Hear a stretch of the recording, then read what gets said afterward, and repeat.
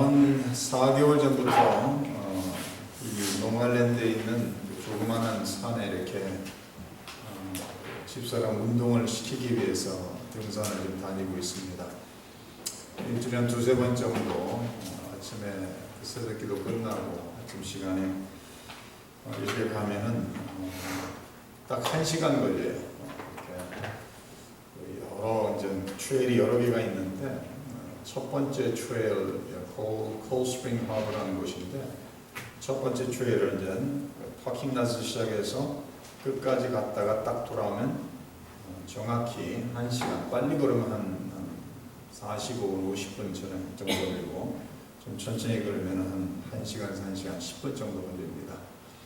한 4개월 정도를 이렇게 하면서 저도 몸이 많이 좋아졌고 집사람도 몸이 아주 많이 좋아지는 것을 알 수가 있습니다. 토요일날 이렇게 새벽기도 끝나고 토요일 아침에 가면 사람들이 무지하게 많이 나와요. 아이들도 데려오고 강아지도 데려오고 이러면서 사람들이 아주 많이 나오는데 이제 제가 간혹 혼자서 이렇게 이제 운동을 가면은 이제 첫 번째 트레일 끝내고 이제 두 번째, 이제 세 번째까지 쭉 걸어 들어가 보면은 이 롱아일랜드 거기에 시작해서 웹페이지 이게까지 연결이 된다고 하더라고요. 몇 시간이나 갈 수 있는지 잘 모르겠지만 아무튼 트레일이 계속 연결된다고 말을 합니다. 이렇게 이제 열심히 가서 딱 1시간을 하면은 그 땀이 이제 흠뻑 흐릅니다. 근데 이렇게 그곳에 가서 저희도 이제 최근에 친구 목사님을 통해서 알게 된 곳이라 한 4개월 정도 다니는데 거기 가서 만나는 사람이 참 많이 있습니다. 아주 휴스턴에 제가 휴스턴에 살 때 80년도 초반에 휴스턴에 살 때 휴스턴에서 같이 신앙생활하던 그 친구가 있었어요. 같이 신앙생활하다가 85년도에 이제 뉴욕으로 다시 오고 이제 그 친구 가족도 뉴욕으로 다시 와서 자주 만날 기회가 없었는데 그곳에서 만났습니다. 지나가는데 저를 딱 보더니 하면서 누구 아니냐고 그래서 딱 보니까 82년도 때부터 다녔던 교회에 같이 청년에 있었던 그 친구더라고요. 그러니까 30년 넘게 아는 친구인데 그곳에서 만났습니다. 그곳을 이렇게 다니다 보면은 한 일주일에 한 번, 한 2주에 한 번 정도 아는 사람을 꼭 만나는 것 같아요. 열심히 운동한다고 머릿속이 돌아가고 있는데 꼭 누가 아는 척을 하고 그러고 보면은 어디서 같이 신앙생활했던 사람이든지 아니면 섬겼던 교회에서 있던 성도이든지 이렇게 아는 사람들을 종종 만나게 됩니다. 근데 만약에 제가 누구한테 죄를 진 사람을 만났다면 얼마나 어색하고 힘들겠어요. 그죠? 그러니까 인생을 살면서 어느 누구에게도 죄를 안 짓고 사는 것이 지혜로운 모습일 것입니다. 왜냐하면 살다 보면은 만나게 되는 것을 우리가 알 수가 있어요. 오늘 말씀 속에서 이제 22년이라는 세월이 지났죠. 17살에 노예로 형들의 손에 은 20냥에 팔렸던 동생 요셉이 형들을 여러 방면으로 시험을 하다가 유다의 간청을 들으면서 자기의 생명까지 바치겠다라는 헌신적인 희생적인 말을 들으면서 더 이상 감정을 억제하지 못하고 이제 45장에서 형들 앞에서 내가 요셉이라는 것을 밝히는 그런 내용이 나타나고 있습니다. 요셉이 형들을 만나는 데는 아무 불편함이 없습니다. 그러나 형들은 요셉을 다시 만난다라는 것이 아마 유령을 보는 것처럼 자기들이 22년 전에 17살 난 소년을 어린 동생을 은 20냥에 팔아 넘겼을 때 노예로 팔리고 22년 세월이 지난 후에 동생이 죽었을지 아니면 살았다 할지라도 계속해서 노예로서 인생을 살 것이라 생각했지 지금 이런 애굽의 총리로서 자기들 앞에 나타날 것이라는 것은 상상조차도 못한 상황일 것입니다. 45장 1절에 요셉이 희종하는 자들 앞에서 그 정을 억제하지 못하여 소리질러 모든 사람을 자기에게서 물러가게 하고 그 형제들에게 자기를 알리니 그때 그와 함께한 다른 사람이 없었더라. 요셉이 큰 소리로 운이 애굽 사람에게 들리며 바로의 궁중에 들리더라. 요셉이 형들을 만났을 때부터 5번에 걸쳐서 눈물을 흘리는 것을 성경은 기록하고 있습니다. 그래서 요셉이 그 형들에게 이르되 나는 요셉이라 내 아버지께서 아직 살아 계시니까 형들이 그 앞에서 놀라서 대답하지 못하더라. 요셉이 자기 아버지 야곱을 떠났을 때 17년 동안 그 가정에서 아버지 야곱의 사랑을 독차지하고 살았습니다. 야곱이 애굽으로 왔을 때 야곱의 나이가 이제 47장에 기록되어 있습니다. 47장 9절 바로 앞에서 바로를 만난 야곱에게 바로가 나이를 물어봤을 때 47장 9절에 야곱이 바로에게 하되 내 나그네 길의 세월이 130년이니이다. 내 나이가 얼마 못되니 우리 조상의 나그네 길의 연조에 미치지 못하나 험악한 세월을 보냈나이다 라고 말하고 있습니다.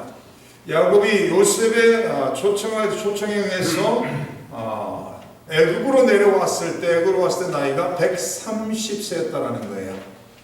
그러면 야곱이 요셉과 헤어진 나이, 요셉이 17살에 자기 아버지에게서 품을 떠나서 노예 생활을 시작했을 때가 17살이겠죠. 그로부터 13년의 감옥 생활을 하면서 7년의 흉년이 지나고 이제는 7년의 풍년이 지나고 2년의 흉년이 지났다라고 성경 기록하고 있습니다. 다시 말해서 22년이라는 세월이 지났다라고 성경은 기록하고 있습니다. 그러면 야곱이 요셉을 잃어버렸을 때 나이가 108세였다라는 거예요. 그러면 야곱이 요셉을 낳았을 때 나이가 91세라는 얘기입니다. 다시 말해서 아주 늦은 나이 많이 들어서 얻은 아들이 요셉이라는 것을 우리가 알 수 있고 그 후에 베냐민을 또 얻은 것을 우리는 알 수가 있습니다. 요셉이 형들에게 자기의 아버지가 아직 살아계시냐? 그 질문에 형들은 너무나도 놀라서 아무 대답도 못했다라는 거예요. 그럴만도 하죠. 22년 전에 동생을 죽이려 했다가 동생을 노예로 팔아넘긴 유다의 제안을 받아 은 20냥의 노예로 팔아넘긴 형들이 22년이 지나서 분명히 자기 동생은 노예로 아직까지도 살고 있든지 아니면 노예로 살다가 젊은 나이에 죽었을 것이라고 생각하는 그 동생이 자기들 앞에서 애굽의 가장 강한 사람으로서 높은 자리에 있는 사람으로서 애굽의 총리로서 자기들 앞에서 내가 바로 요셉이라고 말하는 그 말을 들으면서 믿을 수가 없죠. 아마 형들이 생각하기를 무슨 유령을 봤나 보다라고 생각할 것입니다. 요셉의 모습이 22년이 지나면서 많이 바뀌었을 것입니다. 그리고 요셉은 애굽 사람의 모습을 하고 있기에 전혀 알아볼 수가 없습니다. 그래서 요셉이 던지는 질문에도 아버지가 아직 살아계시다는 질문에도 너무 놀라서 대답하지 못했다라고 성경 기록합니다. 4절 요셉이 형들에게 이르되 내게로 가까이 오소서. 그들이 가까이 가니 이르되 나는 당신들의 아우 요셉이니 당신들이 애굽에 판 자라라고 말하고 있습니다. 나는 분명히 형들의 동생이라는 거예요. 나는 분명히 형들이 애굽에 노예로 팔아넘긴 그 동생 요셉이라고 말하고 있습니다. 그러면서 5절부터 요셉이 형들이 전혀 생각지 못하는 관점에서 말을 하고 있습니다. 형들은 요셉이라는 얘기를 듣고 가까이 가서 요셉의 얼굴을 바라보면서 요셉인가 아닌가 긴가민가 하는 그 상황 속에서 요셉이 형들을 안심시키면서 자기가 이곳에 이렇게 오게 된 것은 형들의 악행이 아니라 하나님의 섭리였다라고 말을 하고 있습니다. 요셉은 22년 동안 아버지를, 가정을, 형제들을 그리워하면서 가족을 그리워하면서 외롭게 성장을 했습니다. 22년 중에서 13년은 감옥에서 너무나도 많은 고생을 하면서 인생을 홀로 보냈습니다. 그럼에도 불구하고 요셉은 지금 자기가 애굽의 총리로 있는 이것이, 자기가 이 자리에서 이런 권세를 가지고 있는 것이 형들이 자기를 노예로 팔았기 때문이 아니라 하나님께서 하나님의 섭리 가운데 하나님의 뜻을 이루시기 위해서 하나님께서 미리 자기를 이곳으로 보내셨다라고 믿으면서, 그런 관점에서, 영적인 관점에서 이 모든 상황을 바라보면서 형들에게 설명을 하며 안심시키고 있다라는 말씀입니다. 5절에서 8절 사이에 요셉이 반복해서 하는 말이 하나님께서 나를 이곳에 보내셨다라는 그 표현입니다. God sent me here. 하나님께서 나를 먼저 이곳에 보내셨다라는 거예요. 5절을 보시기 바랍니다. 당신들이 나를 이곳에 팔았다고 해서 근심하지 마소서, 한탄하지 마소서. 하나님이 생명을 구원하시려고 나를 당신들보다 먼저 보내셨나이다. 7절입니다. 하나님이 큰 구원으로 당신들의 생명을 보존하고 당신들의 후손을 세상에 두시려고 나를 당신들보다 먼저 보내셨나니. 8절입니다. 그런즉 나를 이 일로 보낸 이는 당신들이 아니요 하나님이라고 말하고 있어요. 사람의 생각으로 사람의 악함으로 보냄을 받은 것이 아니라 하나님께서 하나님의 역사를 이루기 위해서, 하나님의 계획을 이루시기 위해서 하나님께서 자기를 이곳에 먼저 보내셨다는 거예요. 보냄을 받게 된 과정이 노예로서 팔려왔고 이 자리에 이르기까지 13년의 세월을 감옥에서 어려움을, 많은 환난과 경험을 겪었지만 그럼에도 불구하고 이런 모든 과정이 하나님의 섭리 가운데 하나님의 역사하심과 인도하심 속에서 이렇게 이루어졌다는 것을 요셉은 믿고 형들을 안심시키고 있습니다. 자기 아버지 야곱이 애굽으로 온 후에 17년이라는 세월을 살고 17년이 지난 후에 147세를 살고 인생을 마감합니다. 자기들 아버지 야곱이 세상을 떠난 후에 형들이 이제 다시 두려워하기 시작합니다. 형들이 생각하기를 아버지가 살아있기 때문에 요셉이 자기들을 해하지 않았다라고 생각을 하면서 아버지가 세상을 떠나자마자 형들이 다시 두려움 속에서 요셉 앞에 무릎을 꿇고 요셉의 은혜 베풀기를 간구하는 내용이 50장에 나오고 있습니다. 창세기 50장 15절에 이렇게 기록합니다. 요셉의 형제들이 그들의 아버지가 죽었음을 보고 말하되 요셉이 혹시 우리를 미워하여 우리가 그에게 행한 모든 악을 다 갚지나 아니할까 하고 요셉에게 말을 전하여 이르되 당신의 아버지가 돌아가시기 전에 명령하여 이르시기를 너희는 이같이 요셉에게 이르라 내 형들이 내게 악을 행하였을지라도 이제 바라건대 그들의 허물과 죄를 용서하라 하셨나니 당신 아버지의 하나님의 종들인 우리 죄를 이제 용서하소서 하며 요셉이 그들이 그에게 하는 말을 들을 때에 울었더라. 그의 형들이 또 친히 와서 요셉의 앞에 엎드려 이르되 우리는 당신의 종들이니이다. 요셉이 그들에게 이르되 두려워하지 마소서 내가 하나님을 대신하리이까. 당신들은 나를 해하려 하였으나 하나님은 그것을 선으로 바꾸고 오늘과 같이 많은 백성의 생명을 구원하게 하시려 하셨나니 당신들은 두려워하지 마소서 내가 당신들과 당신들의 자녀를 기르리이다 하고 그들을 간곡한 말로 위로했다라고 성경은 기록하고 있습니다.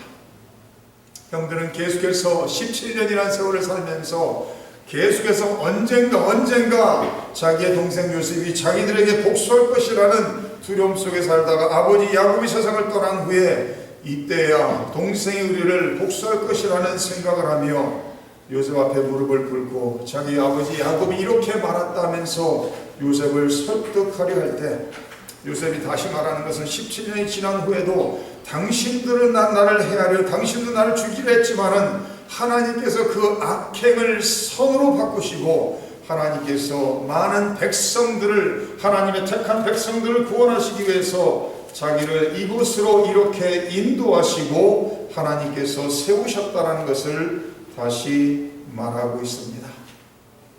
요셉이 애굽으로 보냄을 받게 된 것은 하나님의 목적을 이루기 위해서 그렇게 보냄을 받게 됐다는 거예요.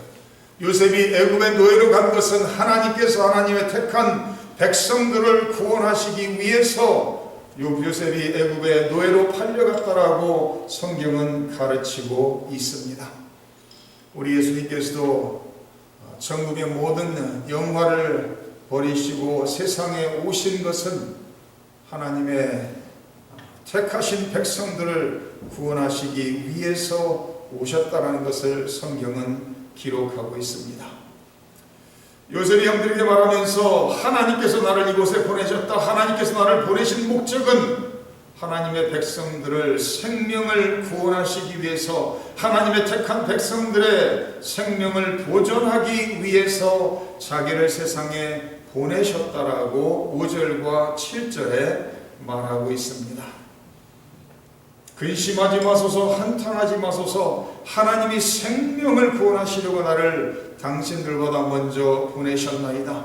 7절에 다시 말합니다. 하나님이 큰 구원으로 당신들의 생명을 보존하고 당신들의 우선을 세상에 두시려고 나를 당신들보다 먼저 보내셨다라고 말하고 있습니다.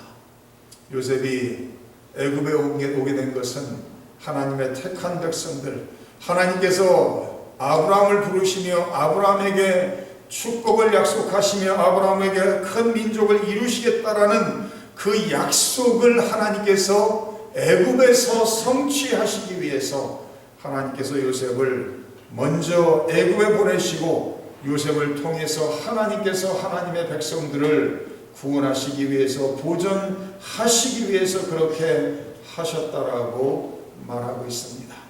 만약에 요셉이 22년이라는 세월을 지나면서 그저 노예로 그대로 있었다면 하나님의 택한 백성들을 구원할 길이 없었을 것입니다. 그러나 하나님께서는 하나님의 백성을 구원하시기 위한 목표를 이루시기 위해서 요셉을 그 나라의 총리로 세우고 요셉을 바로의 아버지 같은 사람으로 그 자리에 세우셨다라고 성경은 말하고 있습니다.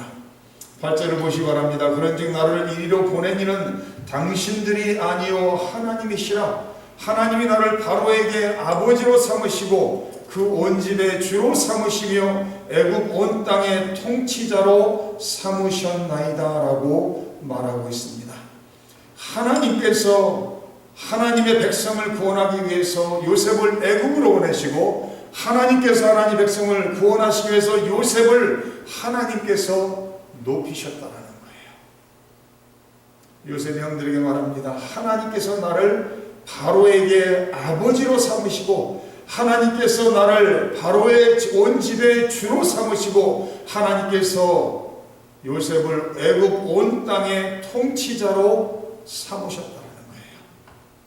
요셉은 22년이라는 세월을 하나님과 동행을 하면서 전적으로 하나님 중심이고 하나님의 관점에서 영적으로 모든 것을 바라보는 성숙한 사람으로 성장한 것을 우리는 알 수가 있습니다.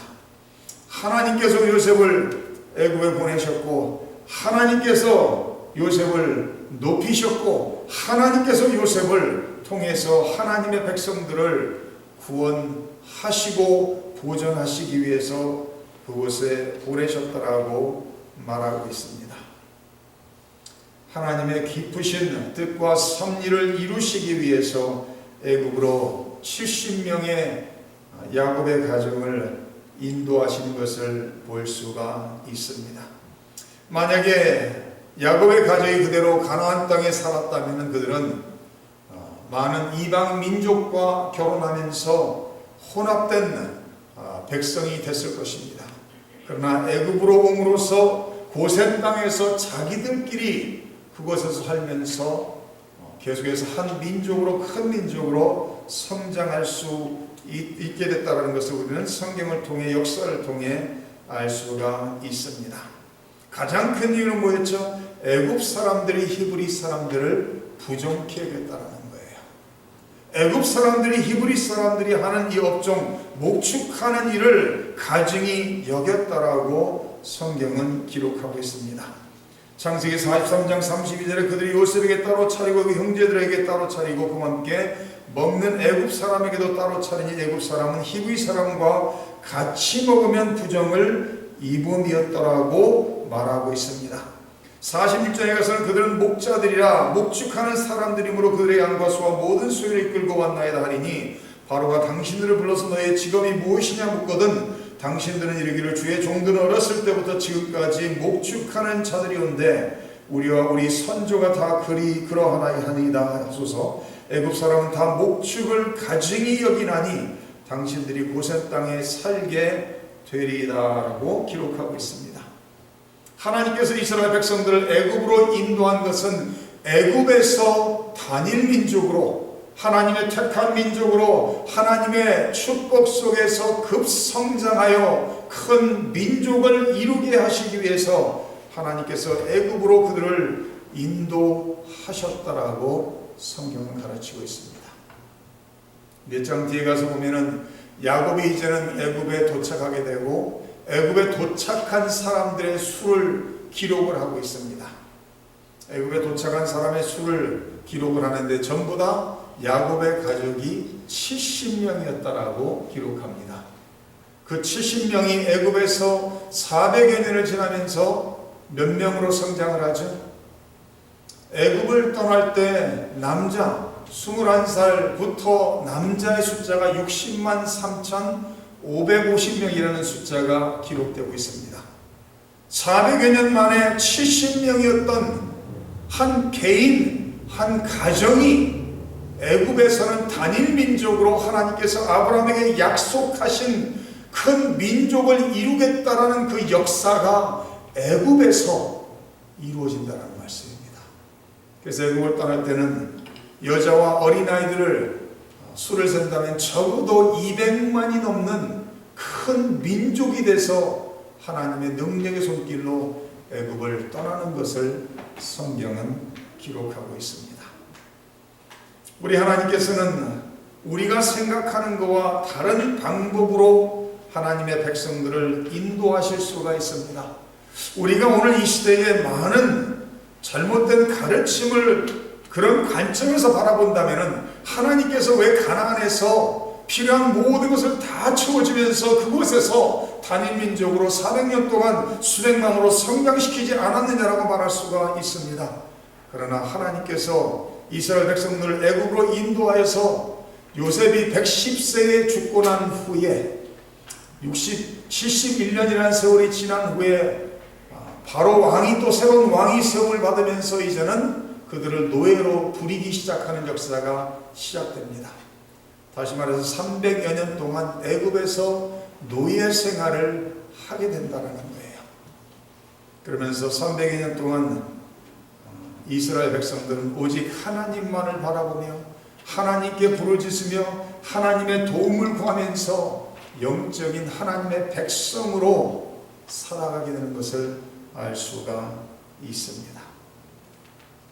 하나님께서 기근을 온 세상에 보내시고 하나님께서 요셉을 미리 애굽으로 보내셔서 하나님의 백성을 구원하시기 위해서 요셉을 높이시고 하나님께서 요셉을 통해 온 가정이 애굽으로 올 수 있게 하시고 애굽에서 단일민족으로서 하나님의 아브라함에게 하신 그 약속을 수백 년에 걸쳐 그대로 이루어 가시는 그 역사를 우리는 볼 수가 있습니다. 요셉을 통해 하나님의 역사하심이 예수님을 통해 역사하시는 그 모습과 일치되는 것을 우리는 알 수가 있습니다. 하나님께서 때가 돼서 예수님을 세상에 보내시고 하나님께서 예수님의 십자가의 희생을 통해서 하나님의 택한 백성들을 구원하시는 역사를 이루십니다. 그러고 나가서 하나님께서 때가 돼서 예수님을 높이시고 예수님 앞에 모든 무릎을 꿇게 하시고 예수님의 이름을 구주라 예수님의 이름을 주라 시인케 하시는 그 역사를 하나님께서 이루시는 것을 우리는 알 수가 있습니다. 사랑하는 성도님들, 하나님의 백성들은 하나님의 섭리 속에서 삶이 이루어지는 것을 믿으시기 바랍니다. 우리 믿는 사람들의 삶은 우연히 이루어지는 것이 아닙니다. 인간의 생각과 인간의 뜻 가운데 이루어지는 것이 아니라 하나님의 계획과 하나님의 섭리 속에서 이루어지는 것을 우리는 믿어야 될 것입니다. 잠언서 19장 21절 이렇게 말합니다. 사람의 마음에는 많은 계획이 있어도 오직 여호와의 뜻만이 완전히 설 것이라고 말하고 있습니다. 잠언서 16장에는 마음의 경영은 사람에게 있어도 말의 응답은 여호와께로부터 나오느니라. 사람의 행위가 자기 보기에는 모두 깨끗하여도 여호와는 심령을 감찰하시느니라. 너의 행사를 여호와께 맡기라. 그리하면 내가 경영하는 것이 이루어지라. 여호와께서 온갖 것을 그 쓰임에 적당하게 지으셨나니 악인도 악한 날에 적당하게 하셨다라고 기록하고 있습니다. 사람이 계획을 세울지라도 그 계획을 이루시는 분은 하나님이라는 말씀입니다. 사랑하는 성도님들, 인생을 살면서 어려움이 있을 때 우리가 기억해야 되는 것은 하나님의 뜻을 이루기 위해서 우리는 이 순간 이 시대에 이 땅에 존재한다는 것을 믿으시고 힘을 내시고 하나님이 우리를 붙잡으시고 우리 안에 선한 일을 시작하신 하나님께서 예수 그리스도의 날에 이르기까지 우리를 인도하실 것이고 우리를 예정하시고 부르시고 의롭다 하신 그 하나님께서 결국은 영광에 이르도록 인도하실 것이라는 것을 믿으시고 오늘 하루도 하나님 안에서 하나님의 영광을 위해서 하나님 뜻 가운데 충성하시기를 주님의 이름으로 축원합니다. 아멘.